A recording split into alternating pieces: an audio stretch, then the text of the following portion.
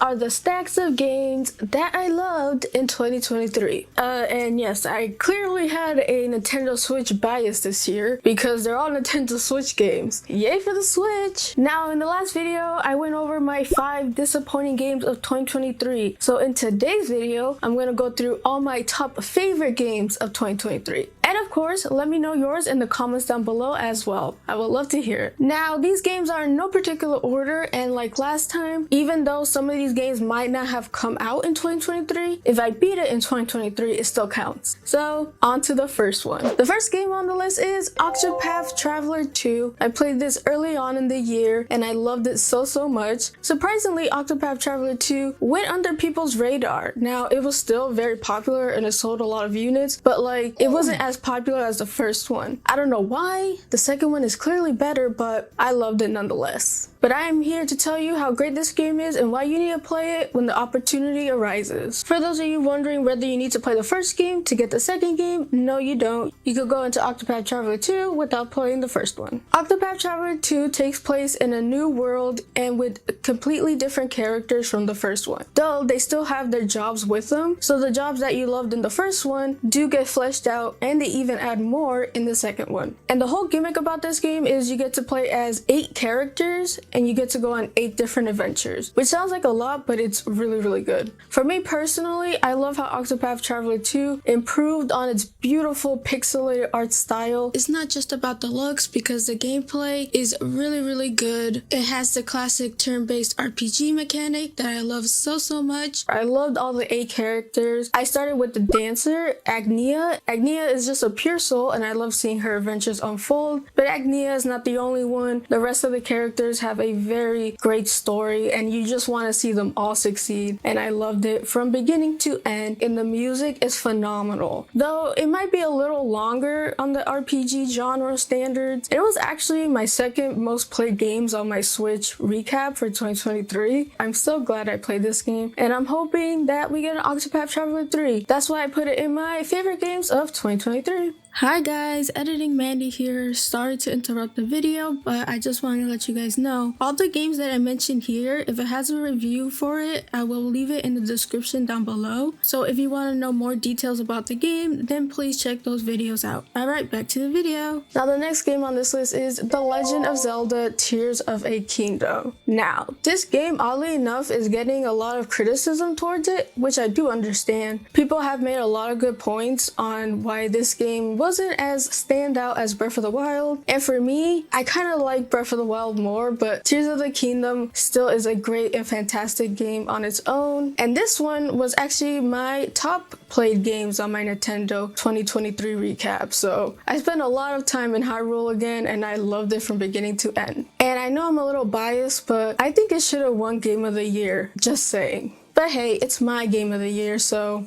there's that.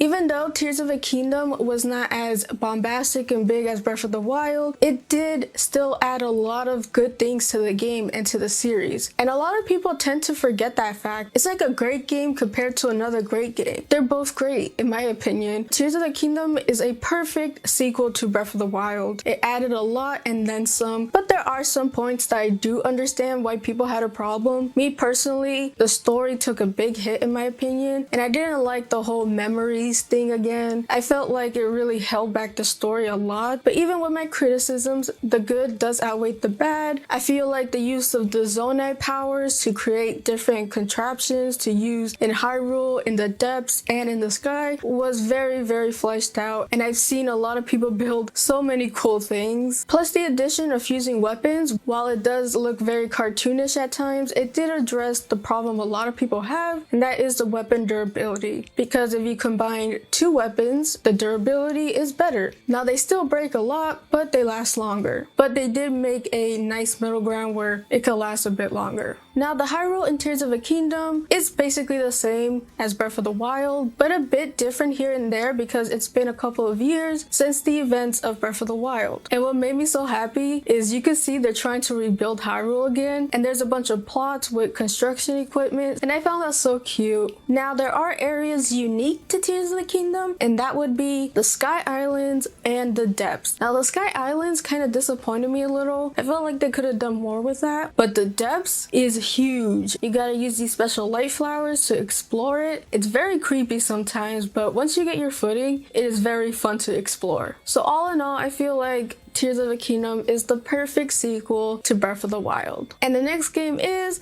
Atelier Ryza 3, The Alchemist of the End and Secret Key. And another thing to note, this was my third most played game on my 2023 Nintendo Switch recap. Man, are you seeing a trend here? I love this game so much. Y'all know I love the Atelier series by now. Ryza 3 is my favorite of the trilogy, and they really improved their stuff. There's a lot happening in this game, but it still manages to have that laid back atmosphere. Gameplay wise, synthesizing is as addicting as ever, with a ton of new recipes to learn and create. They even added a quality of life change where you could run and still pick up items, and also the scope of Atelier Ryza 3 is very big. The map is huge and there's a lot of places to explore. They took everything I loved from Atelier Ryza 1 and Atelier Ryza 2, combined it to make Atelier Ryza 3, and man, was it an experience. I've seen the characters from this game grow up a lot from the first game to the second to the third. It really shows you the journey. Now this is the ending to the Ryza trilogy, which I'm very sad about, but it's all good. This game was fantastic and it was the perfect conclusion to the trilogy. Now the next game was a bit of surprise for me because I didn't like it when it got announced, but then I ended up loving it, and that is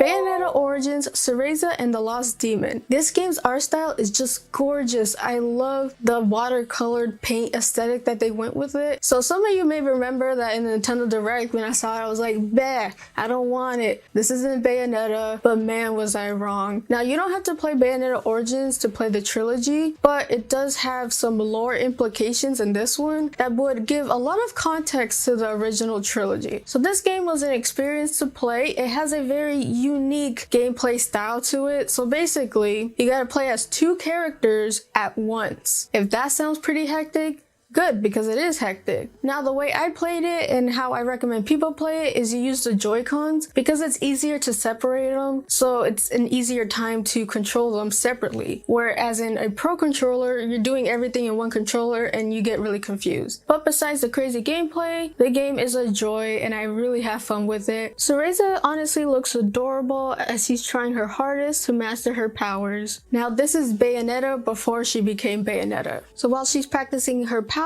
this all culminates into her summoning Cheshire, who takes possession over Cereza's doll, which is adorable. Now Bayonetta is just beginning to get her powers, so she doesn't do much fighting in this game. Instead, she and Cheshire work together to do the fighting. It was a little wonky to get into it at first, but you quickly get used to it. Overall, my expectations for this game was really low, but I was surprised how much I loved this game at the end. The next game on the list is Atelier Marie, The Alchemist of Salzburg. So yes, another Atelier game. This is a remake of the first ever Atelier game, Atelier Marie, and I just love this game so much. I love that they remade the game for the people in the West, or for the people who don't have a PlayStation 1 kicking around. And also, they did include the original Atelier Marie if you buy it digitally. In Atelier Marie, you control Marie, who's attending the Royal Academy of Magic. Though she is eager to learn new stuff about alchemy, she can't help but manage to screw up every so often. Now, Marie is given an opportunity to graduate the academy by opening her own atelier shop and maintaining it for 4 whole years. Now, this is a faithful remake to the original version. All they did was improve the visuals and added a new mode, which basically gives you more time because this does have the time limit thing, but if you switch to the new mode, you have way more time. Also, this is one of the rare short RPGs. One playthrough is like about 10 hours, and I'm not exaggerating. I actually completed one playthrough in 1 day, and there's a whole bunch of different endings you could unlock as well. I did get all the endings and 100% of this game. I really loved how this is such a difference between Atelier Ryza 3. In a good way, both of them are awesome, that's why they're on this list, but Atelier Marie takes a different approach because it was the first game in the series, so while it doesn't have all the glitz and glam like the modern Atelier series, it's still a great game. I can't help but be excited for the future of Atelier games, though not the mobile game. We don't talk about the mobile game. Moving on. Next on the list is Final Fantasy VI.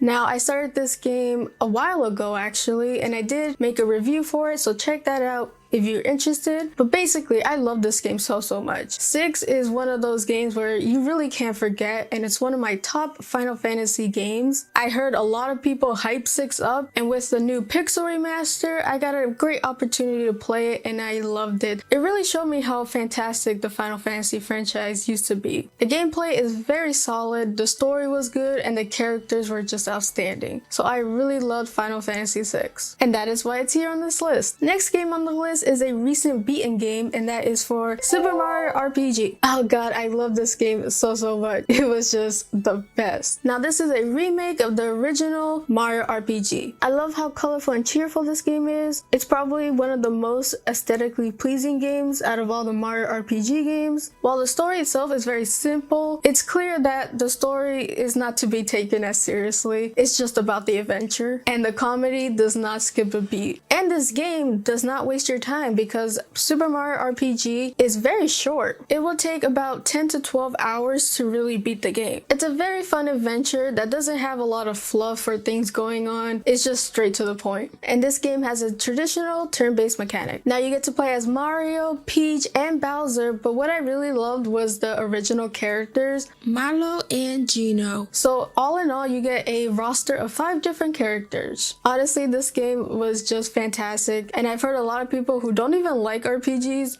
really love this one. It's really stand out. The humor, the experience, the adventure. I loved it from beginning to end. And honestly, I hope Nintendo really thinks about doing more Mario RPG games because they're just the best. Now the next game on this list is Super Mario Bros. Wonder. This is the newest entry in the 2D Mario games, and I just love it so much. I am so glad Nintendo did not do the new Super Mario U Bros. Deluxe Wii Switch Edition. They actually made a new entry into the formula with its own gameplay mechanics as well. Number 1, you could play as an elephant. Now I don't really like the elephant. I don't really get it. You could squirt water, you're big, and yeah, elephant stuff. And most importantly, the Wonder Flower feature, which adds a whole other layer to the game. Once you hold onto the flower, the entire level changes into something you don't expect. Crazy things happen, the whole area gets transformed, and it's just really fun. And my favorite level is the Piranha Symphony. That was just so cute. I loved it. And you can also play multiplayer with your friends, and I also love how the different levels in this game are very unique. It's not your standard green plains, desert area, water area, mountain kind of area. Each area feels very unique. Alright, so that is the end of this video. I hope you guys enjoyed. I had such a great time with these games, and 2023 was truly a great year to be a gamer. And I can't wait to see what 2024 has in store for us. Please tell me your favorite games of 2023 in the comments. So with all that being said, hit that like button if you liked, and if you don't mind, please hit that subscribe button. I'm trying to get to 6K by the end of the year. I hope you guys have a very good day and happy holidays, and as always, play a good game.